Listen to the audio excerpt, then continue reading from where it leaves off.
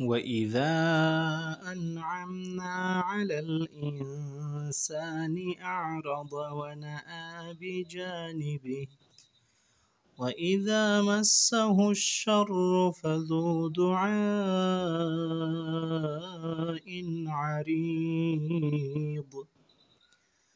قل أرأيتم إن كان من عند الله ثم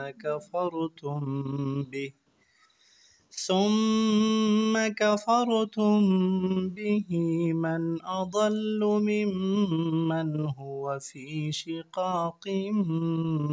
بعيد سنريهم آياتنا في الآفاق وفي